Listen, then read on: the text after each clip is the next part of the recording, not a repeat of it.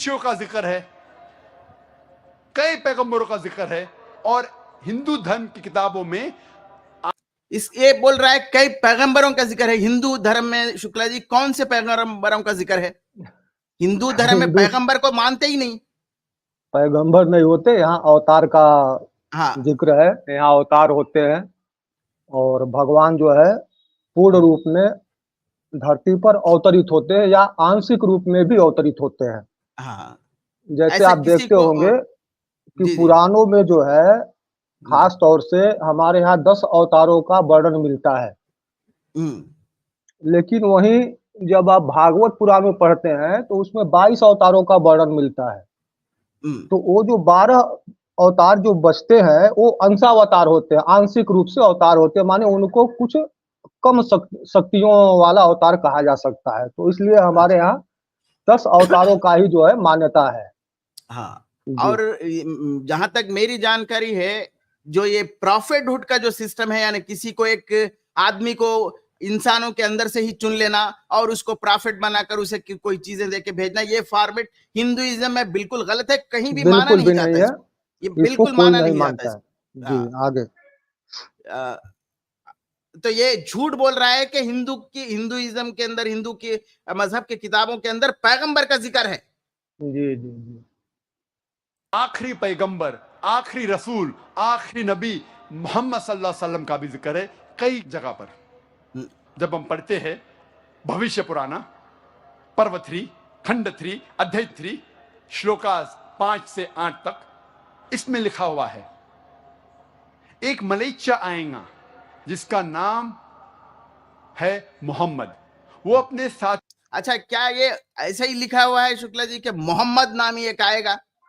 जी, मलेच्छ आएगा, इसने कहा। मलेच्छ, मलेच्छ का मतलब होता है, आपके पास मैं भेजा उसमें देखिए, हो सके तो दिखाइए। मल प्लस इच्छा होता है मलेच्छा। संस्कृत में जो मलेच्छ शब्द, हाँ, संस्कृत में जो मलेच्छ शब्द है उसका संधि विच्छेद होता है मल प्लस इच्छा। मल कहते हैं गंदी चीजों को, और इच्छा का मतलब है इच्छा रखने वाला। जो गंदी चीजों की इच्छा रखता है, गंदे विचार या दुष्ट प्रवृत्ति वाला होता है, उसको मलेच्छ कहते हैं। जी। अच्छा, इसके लिए संस्कृत में एक श्लोक भी है। अच्छा, त्यक्त स्वधर्माचरणा निघृणा पर पीड़का चंडाश्च हिंसका नित्यम मलेच्छास्ते यही विवेकिनः। इसका मतलब है कि जो अपने धर्म का आचरण करना छोड़ दे, माने जो उसका धर्म है उसको यदि वह छोड़ दे, जिसे गंदगी व गंदी चीजों से घृणा न हो, माने जो गंदी चीजों को पसंद करे, जो दूसरे को दुख देने वाला हो, और जो क्रोध और हिंसा करे, और जो अविवेकी हो, जिसको बुद्धि न हो, ज्ञानहीन हो, उसको मलेच्छ कहा जाता है। यह परिभाषा जो है संस्कृत में मलेच्छ के लिए बताई गई है। सही। और पूरे अब जितने भी इसके अर्थ हैं आपने जितने भी बताए, ये सारे नेगेटिव पर्सपेक्टिव में ही है, सारे के सारे नेगेटिव पर्सपेक्टिव में है। यानी मलिन खाने की इच्छा रखने वाला, या मलिन के साथ उसकी इच्छा रखने वाला, और या तो अविवेक की है, या तो फिर अपने राक्षसी प्रवृत्ति करने वाला। जी, और जो अपना धर्म से च्युत हो जाए, अपने धर्म को छोड़ दे, तो ये सारे के सारे मोहम्मद को सही फिट बैठते हैं। इसीलिए तो उसने मोहम्मद को मोहम्मद कह दिया ना, जबकि भविष्य पुराण में मोहम्मद शब्द नहीं है, महामद है। अब इन लोगों ने मोहम्मद को मोहम्मद बना दिया, बस, क्योंकि इनको तो दूसरों को मूर्ख बनाना है। जी, जाकिर नायक भी एक्चुअली उसको म्लेच्छ कह के सही कहा, वो म्लेच्छी है, लेकिन उसका जाकिर नायक भी खुद वो म्लेच्छी कह रहा है ना मोहम्मद को। जी, कह रहा है। हाँ, तो मुसलमान जाके उसके छप्पड़ मारे, हम क्या करें, हम थोड़ा ही बोल रहे। जी, ठीक है, अब आगे चलाइए, थोड़ा देखते हैं हमारे साहब क्या कहते हैं। अच्छा, मरुस्थल से, और राजा भोज इज्जत से उसका आपको जहां रोकना है बोले, मैं रोक देता हूँ। 1 मिनट दारा भाई, मैं इसमें केवल 27-28 श्लोक हैं, मैं उनको पढ़ ही देता हूँ, जिससे लोगों को थोड़ा ज्ञान हो जाए कि एक्चुअल में लिखा क्या है। जी, अच्छा, क्योंकि ये बातें जो है बहुत डिस्टर्ब कर रही हैं समाज में, और दो लोग गूगल से या इंटरनेट से अर्थ मीनिंग लेकर के जी और जी। ट्रांसलेशन बता रहे हैं, तो वहाँ ट्रांसलेशन भी गलत लिखे हुए हैं। और हाँ किस विद्वान ने ऐसा ट्रांसलेशन करके डाला है, हमको तो नहीं समझ में आया। अच्छा, कुछ ट्रांसलेशन तो मुसलमानों ने लिखे हैं। जी जी, उनके तो मतलब से लिखकर उन लोगों ने ही जी, खुद किताबें छापकर इनके इंस्टीट्यूशन इदारों के अंदर दिए हुए हैं। तो ये जो है भविष्य पुराण है जी और प्रतिसर्ग पर्व है, खंड 3 है, अध्याय 3 है। जी। इसमें है श्री सूत उवाच, सूत जी ने कहा, सालिवाहन वंशे च राजनो दश्चा भवन राज्यम पंचा शताब्दम च कृत्वा लोकांतरम ययुः। सूत जी अच्छा। ने कहा कि सालिवाहन के वंश में 10 राजा हुए थे, उन सब ने जी। 500 वर्षों तक राज्य किया और अंत में परलोक को सिधार गए। मर्यादा क्रमतोलीना जाता भूमंडले तथा भूपति दशमो यो वही भोजराज स्मृता दृष्टवा प्रक्षीण मर्यादाम वली दिग्विजयम यौ। उस समय में इस भूमंडल में क्रम से मर्यादा खत्म हो गई थी, लीन हो गई थी। जो इसमें 10वें राजा हुए वह भोजराज हैं, उनका नाम भोजराज है, जो 10वें राजा हुए। और मर्यादा को खत्म होते हुए देखकर उस बलवान राजा ने दिग्विजय यज्ञ करने का निश्चय किया। अब उस महाराज भोज ने दिग्विजय यज्ञ करने का प्रण किया, और अब वह जो है अपने राज्य से अपनी सेना लेकर के निकल रहे हैं। अब उनकी सेना के बारे में बताया जा रहा है आगे। सेनया 10 सहस्रया कालिदासेन संयुतः तथा ब्राह्मण सारद्धम सिंधु पार मुपायो।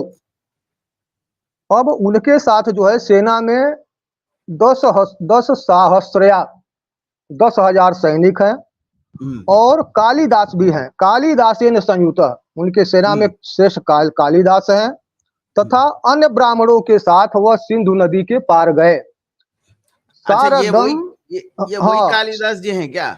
जी जी, सिंधु पार मुपायो, सिंधु नदी के पार गए। पार गए।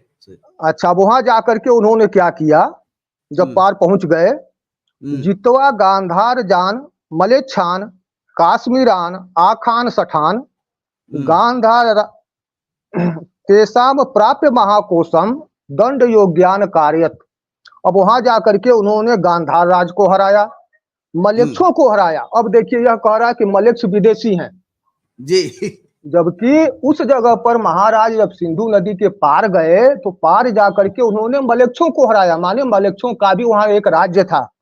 हाँ। काश्मीर को हराया, नाख और सठों को भी पराजित किया, और उनका बहुत सा कोष धन प्राप्त किया, और उन्हें उचित दंड दिया।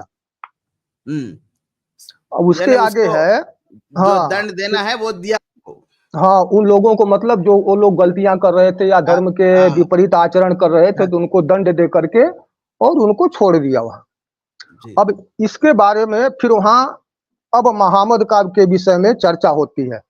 ये तस्मिन नंतरे मलेच्छ आचार्य समन्वित, ये तस्मिन नंतरे माने उन लोगों के बीच में मलेच्छ आचार्य समन्वित, मलेच्छों का एक आचार्य भी था, महामद इति ख्यातः, जिसका नाम महामद था, शिष्य शाखा समन्वित, जो अपने शिष्यों की शाखाओं में बहुत ही प्रसिद्ध था। इसी काल में मलेच्छों का एक आचार्य भी हुआ था, महामद उसका नाम है, जो अपनी शिष्यों की अपनी मंडली में बहुत ही प्रसिद्ध था। आप ऐसा समझिए, या शिष्यों को लेकर फिर रहा था। हाँ, उसके चेला चपाटे जो है उसके बहुत साथ साथ घूमते रहते थे, और उसका महामद नाम था। नृपस्यैव महादेवम मरुस्थल निवासिनीम गंगा जल संन्याप पंच गब्ब समन्वितैः चंदनादि भीरभ्यर्च तुष्टाव मनसाहरम। अब राजा ने मरुस्थल में निवास करने वाले महादेव को नमस्कार किया। अब उस मरुस्थल में महादेव जी का एक मंदिर भी है, उनका एक शिवलिंग हुआ है, तो उन्होंने उनको नमस्कार किया, और उन्हें पंचगव्य से युक्त गंगा जल से स्नान करा करके तथा चंदन आदि सुगंधित द्रव्यों से उनका लेप करके और भाव पूर्वक उनकी प्रार्थना की, पूजा की। अब यहाँ से फिर आगे आता है। अब उन्होंने क्या कहा, नमस्ते गिरिजानाथ मरुस्थल निवासिने त्रिपुरासुर नाशाय बहुमाया प्रवर्तिने।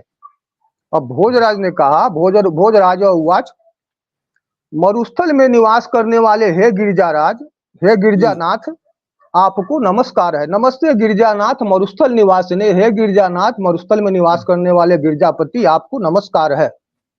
त्रिपुरासुर नाशाय बहुमाया प्रवर्तिने, आप बहुत सी माया में प्रवृत्ति होने वाले हैं और त्रिपुरासुर के नाशक भी हैं, त्रिपुरासुर को मारने वाले हैं। उस त्रिपुरासुर का शिव पुराण में वर्णन आता है, जिसको उन्होंने भगवान शंकर ने मारा था, और इसी त्रिपुरासुर को मारने के कारण भगवान शंकर का नाम त्रिपुरारी भी पड़ा है।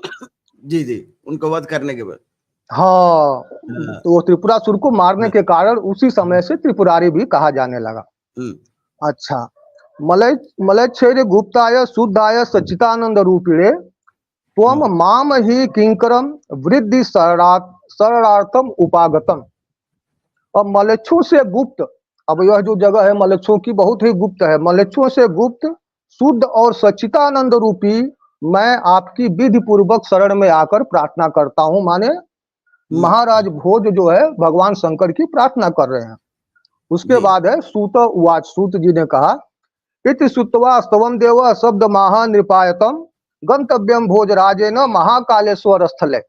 अब सूत जी ने कहा, महादेव इस प्रकार स्तुति सुनकर राजा से ये शब्द बोले। जब महाराज ने उनकी स्तुति की, प्रार्थना की, तो शिव जी ने कहा, हे भोजराज, गंतव्यम भोजराजेन महाकालेश्वर स्थले, हे भोजराज आपको महाकालेश्वर तीर्थ जाना चाहिए। अब क्यों जाना चाहिए तो उसके बारे में बता रहे हैं। मलच्छेष्ट दूषिता भूमिर्वाहिका नाम विश्रुता आर्य धर्मो ही नैवात्र वाहिके देश दारुरे।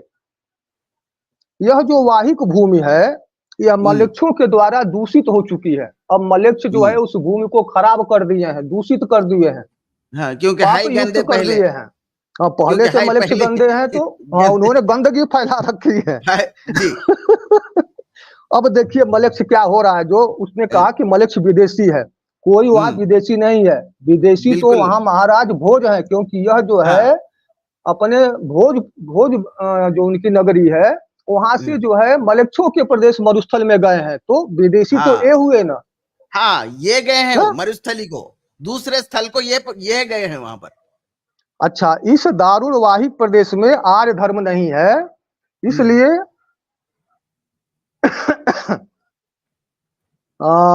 मलेच्छों द्वारा जो है यह धर्म दूषित हो चुकी है। अच्छा, बभुवात्र महामाई योसो दग्धो मायासुरा त्रिपुरो बलि दैत्येन प्रेषित पुनरागत। अब जो है भगवान शंकर बता रहे हैं उस महामद के बारे में, जिस महामायावी राक्षस को मैंने पहले माया नगरी में भेज दिया था। माया नगरी बोले तो पाताल लोक को कहते हैं, पाताल लोक में भेज दिया था, अर्थात नष्ट कर दिया था। वह त्रिपुरासुर त्रिपुरो बलि दैत्येन प्रेषित पुनरागत, मतलब वह जो त्रिपुरासुर है जिसे मैंने जला दिया था, भस्म कर दिया था, मार दिया था, दैत्य बलि के आदेश पर। अब दैत्य बलि जो है ये इनके विरोचन के वंशज में आते हैं, और प्रहलाद के वंश में आते हैं, तो उनके कहने पर जो है यह जो है फिर से आ गया है, पुनरागत। अच्छा, अब अयोनि स्वरो मत प्राप्तवान दैत्यवर्धन महामद इति ख्यात पैसाच कृत तत्पर। अब वह दैत्य कौन है जो फिर से वापस आ गया? त्रिपुरासुर का जो वध किया था मैंने, वह फिर वापस आ गया, तो वह है कौन? वह मुझसे वरदान प्राप्त कर अयोनिज मूल विहीन है एवं दैत्य समाज की वृद्धि कर रहा है। वह जो मलेच्छ है महामद, वह दैत्य राक्षसों के समाज की वृद्धि कर रहा है।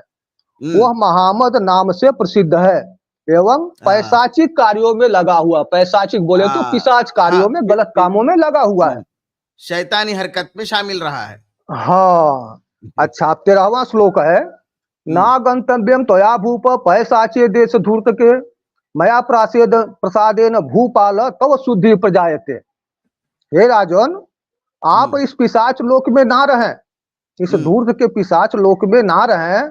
यहाँ आने से जो आपकी अशुद्धि हो गई है, मत प्रसादेन भूपाल तव शुद्धि प्रजायते। तो हे महाराज, हे राजन, मेरे आशीर्वाद से आपकी शुद्धि हो जाएगी, आप शुद्ध हो जाएंगे, आप यहाँ से न रहे इस जगह पे। अच्छा, यह सुन करके राजा ने क्या किया, इत सुत्वा निपश्चैव स्वदेशान पुनरागतम महामदस्य तैह सार्धम सिंधु तीर मुपाय। यह सुनकर राजा ने वापस अपने स्वदेश आने का निश्चय किया और सिंधु नदी के तट पर वो महाराज आ गए। महामदस्य तैह सार्धम सिंधु तीर मुपाय। उनके पीछे पीछे जो महामद है वह भी अपने साथियों के साथ सिंधु नदी के तट पर आ गया। अब जो शिव जी का मंदिर है वहां से वो लोग महाराज वापस सिंधु नदी के तट पर आ गए और उनके पीछे पीछे जो महामद है वो भी आ रहा है, वो भी उस जगह पे पहुंच गया। अच्छा, वाच भूपतिम प्रेमणा मायामद विशारद तव देवो महाराज मम दासत्वम आगत।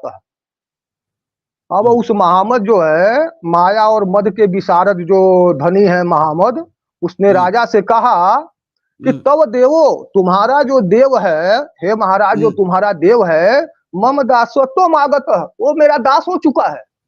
अच्छा, वो मेरा गुलाम हो चुका है। आप महामद कह रहा है महाराज बोस से कि तव देवो महाराज मम दासत्वम आगत। हे महाराज, आपका जो देव है, भगवान शंकर है चाहे शिव जी है, वो हमारे दास हो चुके हैं। अच्छा, ममोच्छिष्टम संभुजीयाद्यथा तत्पश्य भो नृप इत सुत्वा तथा दृष्टवा परम विस्मय आगत।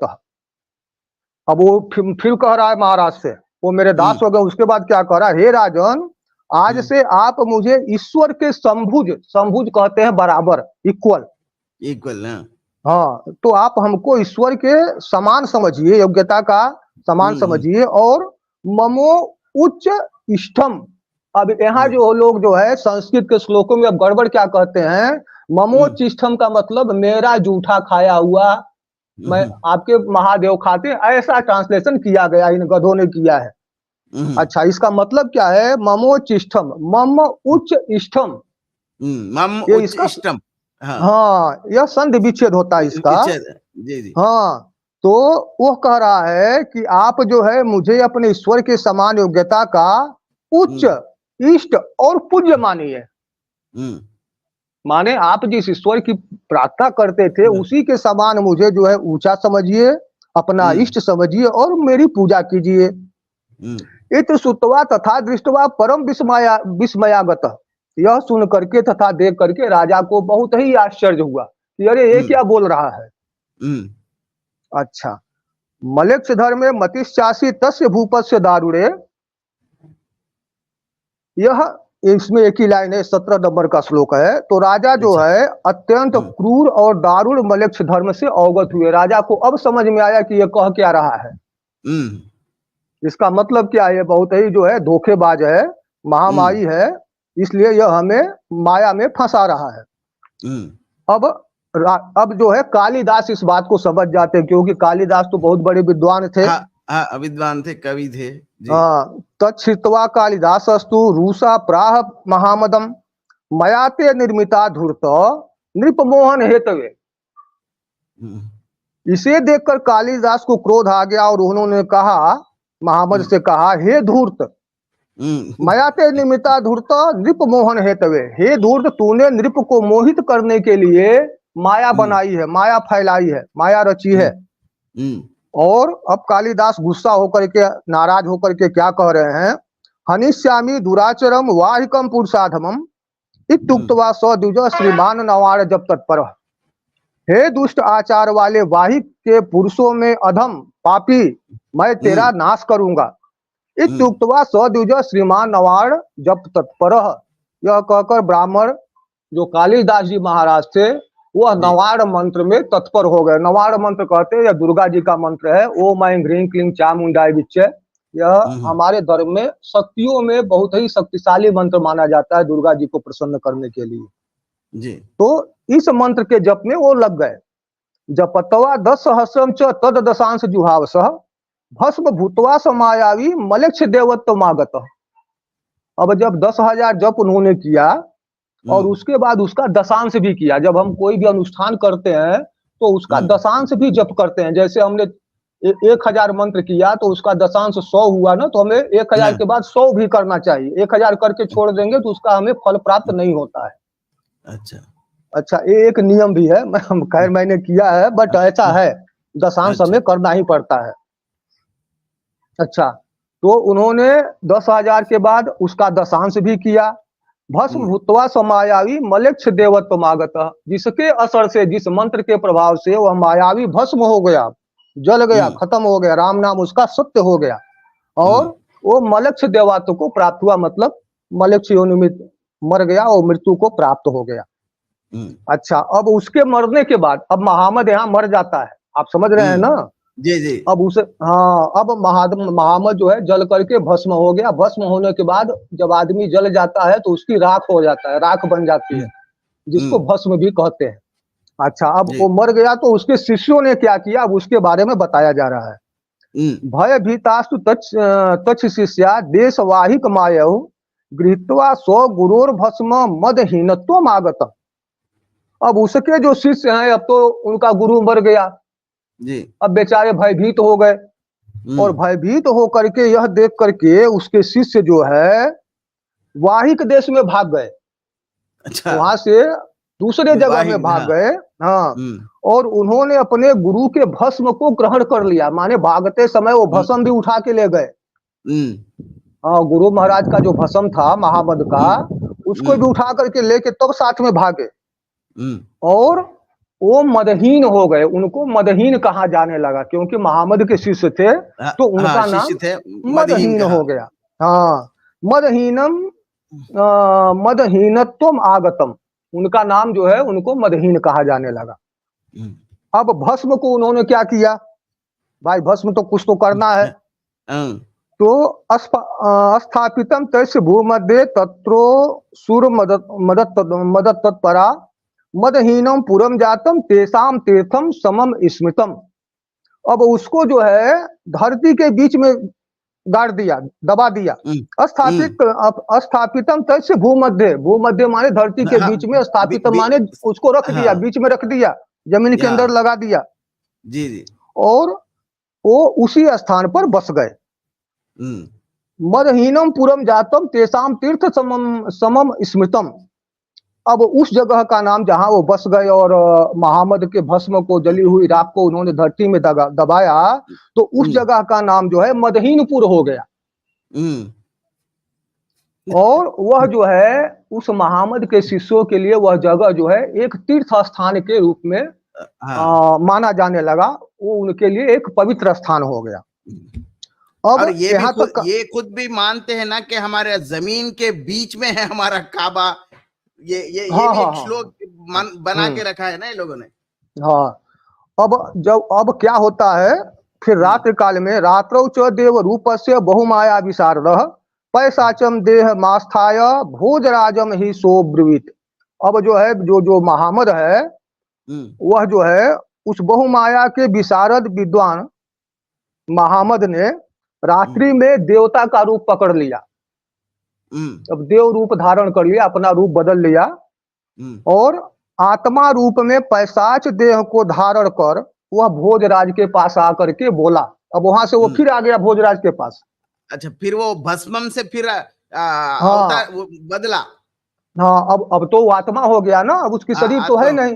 अब राक्षसी प्रवृत्तियों में क्या है, जो राक्षसों की आत्माएं होती हैं वो अपने फिर से वह एक देह धारण करके महाराज भोज के पास आकर के फिर कह रहा है। अब क्या कह रहा है, आर्य धर्मो हिते राजन सर्व धर्मोत्तम स्मृतः ईशाज्ञया करिष्यामि पैशाचम धर्म दारुणम। अब यहाँ देखिए वो महामद क्या कह रहा है कि हे राजन, आर्य धर्म ही सभी धर्मों में उत्तम है।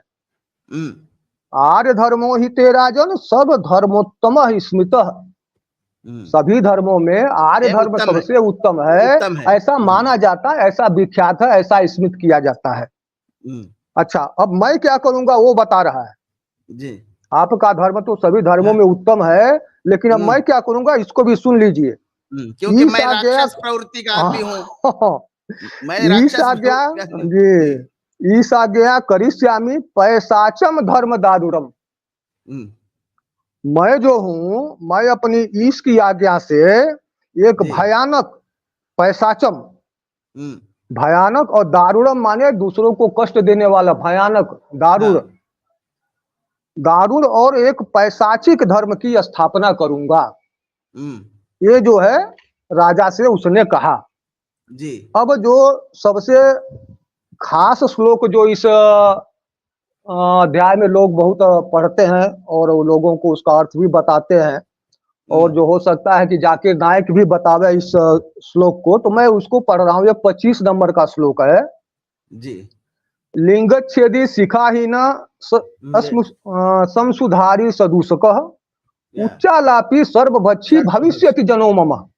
जी, लिंग छेदी, अब यहाँ जो है एक बहुत बड़ी जो है, अब हमारे सनातन के भी जो लोग मतलब यूट्यूब पर काम कर रहे हैं या जो लोगों ने इस पर स्ट्रीम किया है, जी, अब उनके बारे में मैं क्या कहूँ, कुछ ज्यादा तो नहीं कहता, लेकिन खैर वो लिंग, जी, हाँ जी, एक्चुअल क्या है वो बता देना हमारा हाँ काम है। कौन हमारा कौन क्या काम है। कहे हैं वो हमारा काम नहीं है। जी, अब लिंग छेदी एक शब्द यहाँ लिखा हुआ है। जी, अब लोग इस लिंग का मतलब जो है प्राइवेट पार्ट से लेते हैं, जी, जबकि संस्कृत में लिंग का मतलब होता है प्रतीक, सिंबल। जैसे आप देखते सिंबल, होंगे पुल्लिंग, जी, स्त्रीलिंग, जी, नपुंसक हाँ, लिंग। तो भाई पुल्लिंग को यदि पुरुष के पास लिंग है तो ठीक है, लेकिन स्त्रीलिंग में स्त्री के पास कौन सा लिंग है? हाँ, नपुंसक लिंग में नपुंसक जो व्यक्ति उसके पास कौन सा लिंग है? जी, तो यह एक प्रतीक है, एक सिंबल है। सिंबल, सिंबॉलिक बता रहे हैं। हाँ, सही। हाँ, तो अब इस श्लोक में जो लोग कहते हैं कि उनका लिंग कटा हुआ होगा या हम्म, वो ऐसा होगा वैसा होगा, ये सब गलत, उसका मतलब, उसका अर्थ ही नहीं है ये। जबकि गूगल पर भी अर्थों में यही लिखा है, और जो हमारे बड़े बड़े विद्वान यूट्यूबर हैं वो भी यही बताते हैं। लिंग छेद तो मतलब लिंग को कट करना ही बताते हैं इसका, सही। हाँ, अब इसमें इसका इस श्लोक का मतलब समझना हमारे लिए बहुत ही जरूरी है। लिंगच्छेदी शिखाहीन अस्मश्रुधारी सदूषक। अब लिंग छेदी मतलब, हाँ, सदूषक है। अच्छा, मेरे लोगों का प्रतीक जो है कटा हुआ होगा, माने मेरे लोगों के जो चिन्ह होंगे वो कटे हुए होंगे, माने दूसरे से विपरीत होंगे। अब दूसरे जैसा चिन्ह रखते हैं अपने पहचान के लिए, हमारे लोग वो चिन्ह नहीं रखेंगे, वो प्रतीक उनका नहीं होगा। अब हमारे लोगों का क्या प्रतीक होगा? तो शिखाहीन, हमारे लोग चोटी नहीं रखेंगे। शिखा माने चोटी, हाँ, चोटी बीच में रखते हैं सर में। हाँ, अब सनातन धर्म में आजकल तो लोग कम ही रखते हैं, हाँ, लेकिन पहले, हाँ, जी, हाँ, पहले के जमाने में या हम लोग भी जब छोटे थे तो शिखा रखना जो है सबसे जरूरी काम था। जी, जी। तो हमारे अब हम लोगों में हाँ, मैं भी देखा हूँ, मेरे क्लासमेट्स पढ़ते वक्त वो बीच में जी, उसका एक प्रथा भी होता था, एक फंक्शन हाँ भी घर हाँ में हाँ बनाकर हाँ, एक वो फंक्शन भी करते हैं और करते उसको थे। रखते थे लोग। हाँ, रखते थे। तो शिखा ही ना में अब मोहम्मद क्या बता रहा है कि हमारे जो लोग होंगे वो आपके जो प्रतीक हैं उनसे लिंग अलग होंगे। छेदी, मतलब वो अलग होंगे, कटे हुए होंगे। अब उसमें कटे हुए में क्या होगा कि आप लोग शिखा रखते हैं तो हम लोग शिखा नहीं रखेंगे, हाँ, आप लोग दाढ़ी नहीं रखते हैं तो तो हम हम लोग दाढ़ी दाढ़ी रखेंगे। रखेंगे। हाँ, मेरे लोगों का प्रतीक जो है कटा हुआ होगा, जैसे वो शिखा अर्थात चोटी रहित होंगे, जी, दाढ़ी रखने वाले होंगे, हाँ, वो दूषक, शुश्रूधारी बोल हाँ, रहे हैं ना, वो दाढ़ी रखने वाले। अच्छा, दूषक होंगे। मेरे लोग जो है दूषक अर्थात समाज में बुराई पैदा करने वाले होंगे। हाँ, उच्चालापी, अब उच्चालापी में ये लोग क्या बताते हैं कि अजान देंगे। यहाँ कौन से अजान के बारे में लिखा गया है? उच्चालापी मतलब बिना मतलब भों भों करके बोलना, इसको जी, कहते जी, हैं उच्चालापी। पागल के जैसा चिल्लाना, बिना मतलब जोर का बात करना। एक्चुअली हमारे पास तेलुगु में भी कॉमन जब बातों के अंदर भी उच्छलाप यानी बकवास करने वाले को हाँ, ज्यादा फालतू, फालतू बकवास ज्यादा आवाजों में जो करता है ना उसको उच्छलापी बोलते हैं। जी जी जी, उसको उच्चालापी। अच्छा, हाँ, सर्वभक्षी माने सब कुछ खाने वाले होंगे। हाँ, हाँ, सर्वभक्षी। अभी हमारे जाकिर नायक साहब बताएंगे कि सुअर नहीं खाएंगे। यहाँ सुअर कहाँ हाँ। लिखा है संस्कृत में? नहीं लिखा है। हाँ? सर्वभक्षी माने सब कुछ खाने वाले होंगे। सर्वभक्षी भविष्यति ममो जनः, मेरे हाँ। लोग ऐसे ही होंगे।